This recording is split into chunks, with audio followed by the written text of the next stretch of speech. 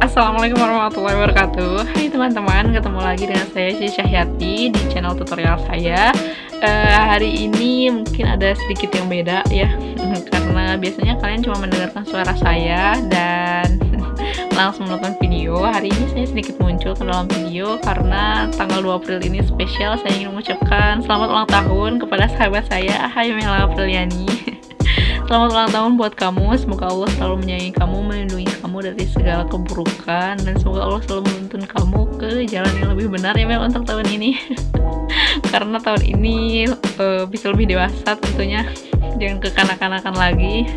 Dan juga selamat ulang tahun kepada guru saya yang berada di SMK 1 Ranca, Bapak Evan. Selamat ulang tahun, semoga Bapak sehat selalu, sukses selalu, sehat dan panjang umur. Semoga Bapak selalu menjadi guru favorit kami dan generasi selanjutnya di SMK 1 Ranca.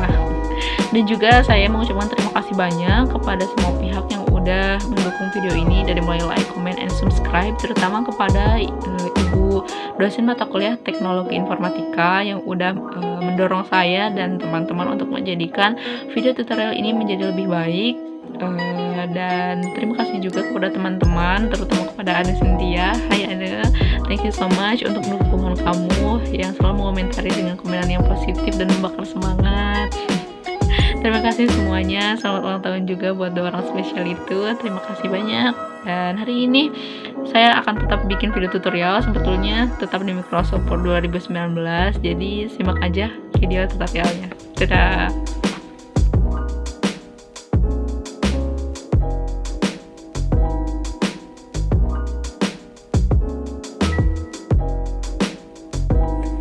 Nah teman-teman, sebelum kita ke video tutorialnya, kita harus menyiapkan data-data seperti yang ada di layar ini.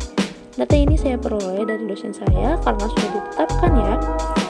Selanjutnya, kita akan mempelajari tentang formula atau rumus yang bisa kita gunakan di Microsoft Excel seperti sum, average, max, dan min, yang dimana rumus-rumus tersebut untuk mencari jumlah, rata-rata, nilai tertinggi, dan nilai terendah.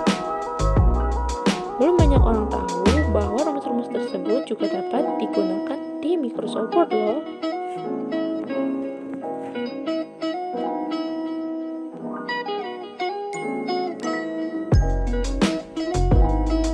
Langkah pertama yang harus kita lakukan adalah pergi ke layout dan menemukan formula. Formula inilah yang nantinya akan kita gunakan untuk mengoperasikan rumus yang kita punya. Perlu saya ingatkan bahwa tampilan dari Microsoft Word dan Microsoft Excel itu amat jauh berbeda. Jadi, kita harus berhati-hati dalam mengingat kolom dan baris. Di sini saya akan mencontohkan untuk mengingat kolom dan barisnya. Misalnya, untuk kolom nomor ini kita ibaratkan adalah kolom A. Nah, kolom ini adalah kolom A. Kemudian kolom nama siswa adalah kolom B, UH1 adalah kolom C, kemudian ada UH2 sebagai kolom D, UH3 sebagai kolom E, UH4 sebagai kolom F, kemudian ada kolom jumlah sebagai kolom G. Nah, selanjutnya kita akan menggunakan rumus sum untuk mencari jumlah angka yang berada di sebelah kiri ini ya. Nah, ini dia rumusnya teman-teman, sama dengan sum dalam kurung left. Karena left itu ada karena angkanya berada di sebelah kiri ya teman-teman. Kita copy dulu dan kita klik OK. Nah, ini dia hasilnya ya teman-teman. Rumusnya tetap sama kok sampai ke bawah, karena semua angkanya juga akan dijumlahkan dan semua angkanya berada di sebelah kiri.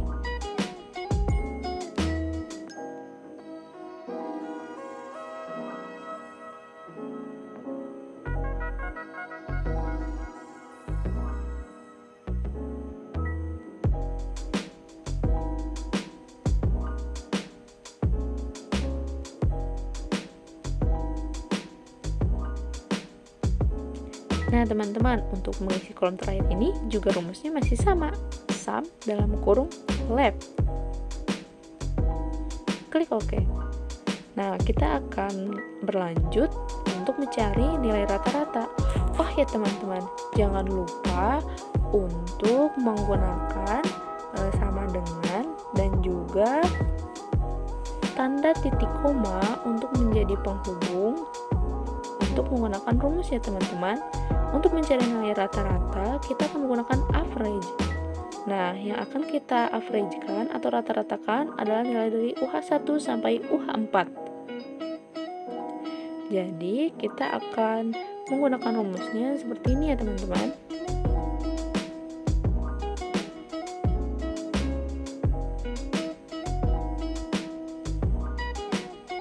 UH1 sebagai C2, UH2 sebagai D2, UH3 sebagai E2, dan UH4 sebagai F2. Nah, begini ya teman-teman caranya.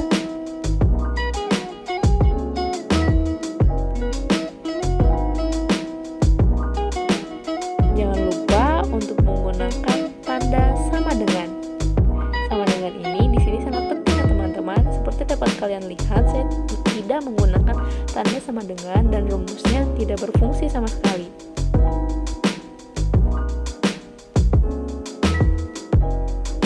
Walau bagaimanapun, jika tidak memakai sama dengan, rumusnya tidak akan berfungsi. Di dalam Microsoft Word dan Microsoft Excel, kita harus memastikan detail-detail yang kita tulis di dalam rumus kita ya teman-teman, karena itu akan sangat mempengaruhi. Nah, sekarang saya sudah ingat untuk memakai tanda sama dengan. Sama dengan average tanda kurung C2, D2, E2, dan F2.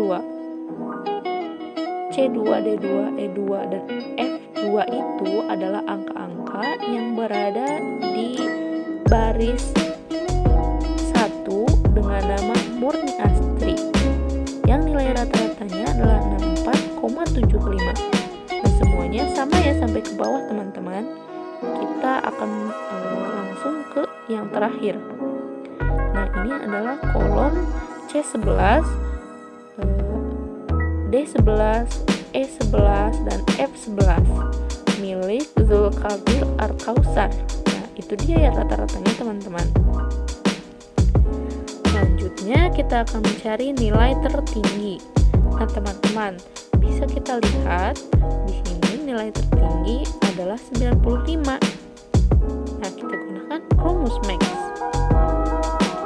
Dan kita akan menggunakan angka-angka yang berada di atasnya.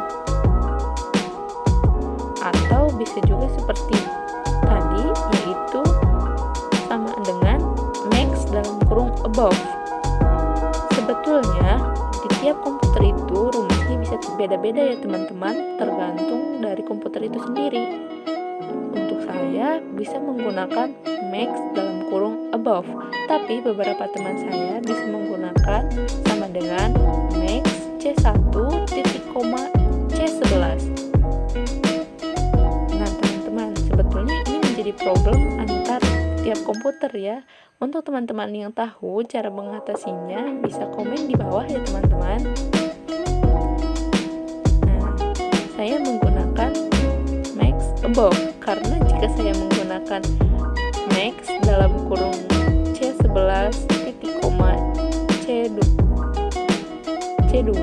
itu tidak akan berfungsi dan tidak akan terbaca nilai tertingginya atau nilai terendahnya.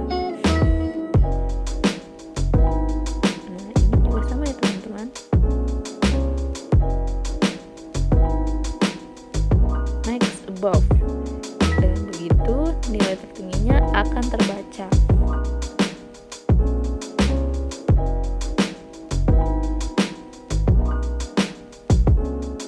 Nah, seperti itu ya teman-teman. Untuk nilai minimum ini di komputer saya agak lebih ribet ya.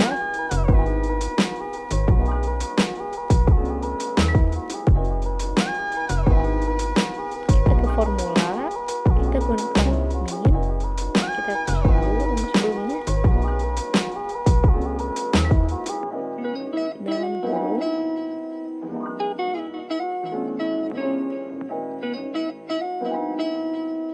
C2 titik koma sampai C11. Kita lihat, padahal di sini ada 46 sebagai nilai terkecil, tapi komputer saya tidak bisa membacanya. Jadi kita akan menggunakan rumus min dalam kurung C2, C3, C4, C5 sampai C11.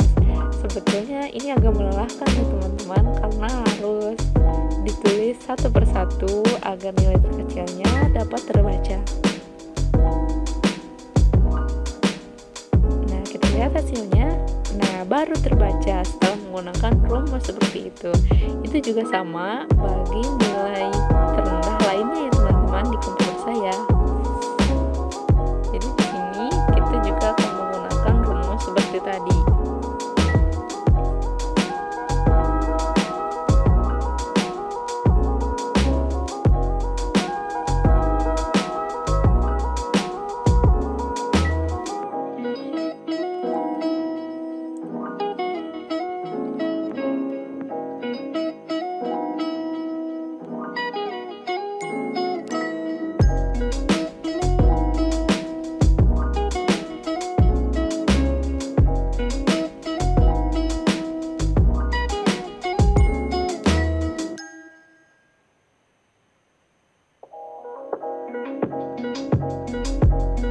Yang terakhir ini juga sama ya teman-teman.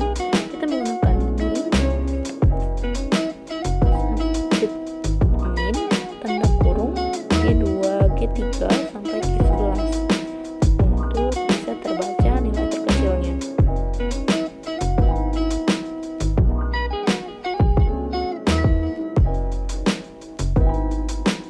Nah, itu dia teman-teman. Nah, sekarang kita akan mencari nilai rata-rata kelas. Nilai rata-rata kelas ini khusus untuk dari Murni Astri sampai dengan Zulkadir Al-Kautsar ya teman-teman. Kita menggunakan average.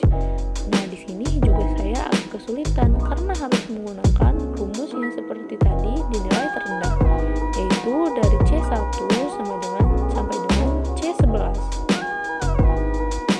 Ini tidak efisien ya teman-teman. Nah, perlu saya ingatkan lagi bahwa kesalahan kecil dalam penggunaan rumusnya bisa mengakibatkan ketidakvalidan di dalam hasil dari rumus tersebut. Jadi kita harus lebih teliti dalam mengerjakan rumusnya ya teman-teman, supaya hasilnya bisa betul. Nah, ini juga sama ya teman-teman.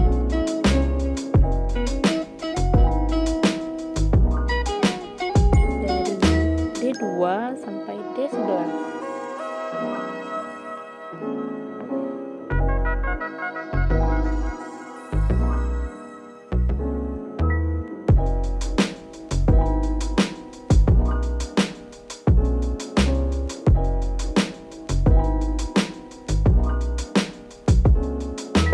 Nah, ini untuk kolom terakhirnya. Kita masih menggunakan average dan kita akan memasukkan kolom G2 sampai ke G11.